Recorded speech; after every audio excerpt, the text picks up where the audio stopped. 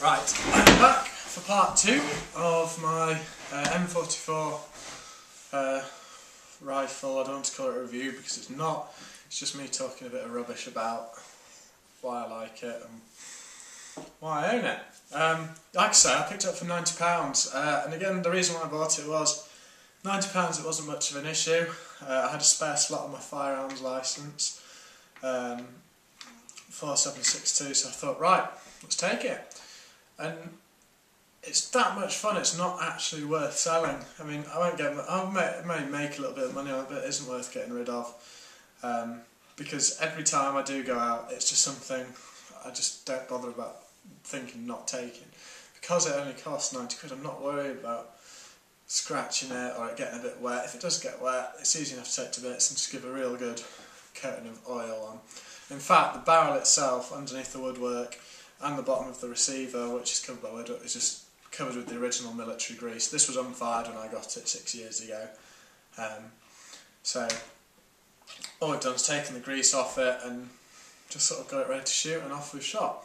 Just got some of the empty cases. I don't have any live ones, unfortunately, just to sort of, I don't know how well you can see them. Those were the steel ones. And this is, I don't know what it is. I don't know if it's copper or brass. It's more of a coppery colour than brass. Both ex-military ones. Seeing if there's a date on them. They're both stamped with 21. Both stamped with 21. One's with 20 and one's with 30. I don't know what that means. If you want to shed any light on it, fire away. That is also the stripper clip, a pressed piece of steel in almost a U shape. Just as basic as the English and any of the other nations. But what I like about it is it doesn't grip onto the rounds as tightly as the sort of the Enfield stripper clips, making loading a lot easier. I think it's an all-round better design. You can sort of load them anyway into the actual clip, and it doesn't matter.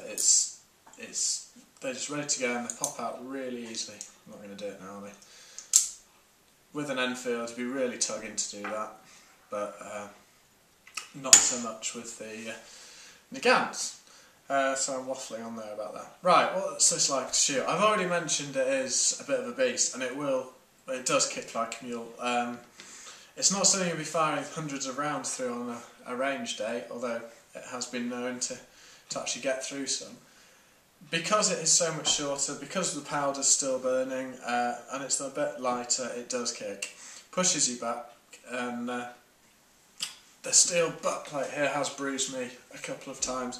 It's been interesting. You can't rapid fire this like you can in Enfield. It just doesn't. The action for a start isn't smooth enough. It's a bit like comparing driving a nice Mercedes, that's your Enfield, to then getting in and driving a Lada or a really old knackered Skoda or some really old car.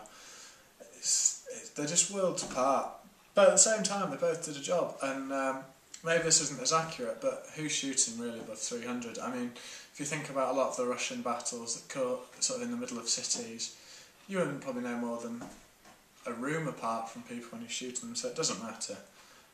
Obviously, hence the Russians became experts with submachine guns and just use them extremely widely. Whilst a lot of the other nations, such as the UK, stuck to the sort of more traditional rifles, really. But at the same time, even though it does kick, it is good fun because the ammunition's cheap, and it is a bit of a challenge to sort of shoot overly accurately with it. And if you do put more than sort of 10 rounds through it, all the oil in the barrel, on the top guard of the barrel, just here, starts coming up, and you can actually get it to seep out if you shoot enough rounds. And the beauty of, as I've mentioned earlier, the chrome lined barrel allows you to actually to not feel like you're knackering the gun up. But at the same time, for 90 quid, a 1947 rifle, you're not overly worried about damaging it, because there's plenty more out there, there's plenty new unfired ones, and if you can get hold of them, which you can, well, really why worry too much if you're going to wreck it, which I don't think you are, because at the end of the day they are designed to be shot. And the idea is you can shoot them all day and not even bother cleaning them, but I do clean them, make sure they get good cleaning after every use. Another thing I've always found with them, and I'll try and do it now, is they eject extremely clearly. This is a dead round, by the way. I'm not putting a live one in, so that goes into the magazine. So that goes in, and as you can see, it's quite stiff. I think that's because this case is expanded quite a bit. So I'm probably going to have to knock the bolt off a bit because it will be a bit stiff. Yeah, that's not the easiest to do. It's that's just a stud. I think hit the dog with that. Good 2 yards away. It does eject really cleanly. Sometimes I find with the Enfields, the round can spin around and bounce back into the top of the magazine and get in the way, and you've got to fish it out with your fingers. But if you're pinging away with this, it does make sure you get rid of the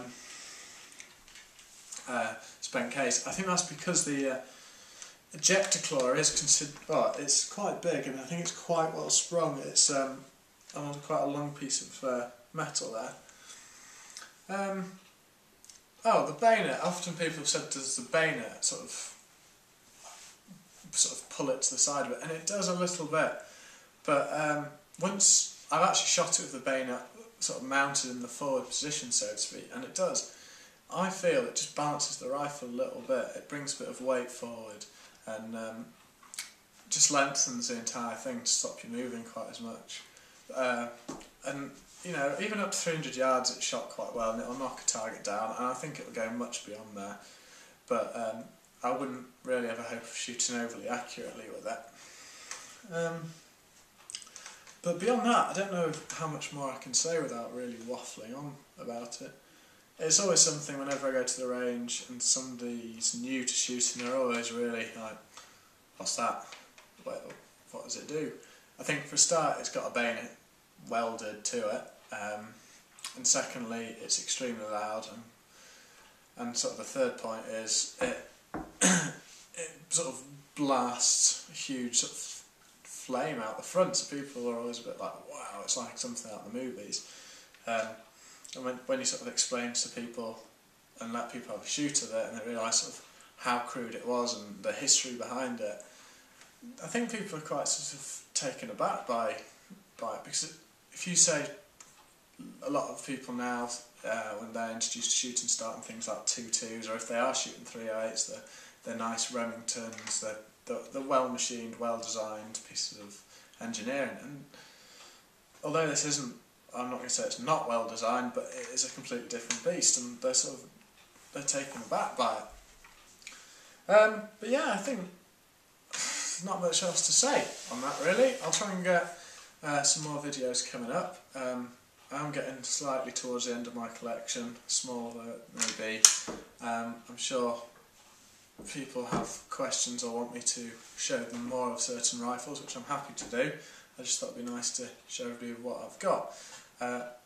I'm meant to be buying a number 5, however I've just bought a new car, so that number 5 might be taking a little step back. That's replaced my P14, which I did a video on a while back, which is a shame to get rid of it, but at the same time I enjoyed it, but I think I'd rather have a number 5, something a bit more like this, a bit more fun, a bit more of a challenge to shoot. But yeah, thanks for watching, and hopefully I'll see you lot soon. Cheers!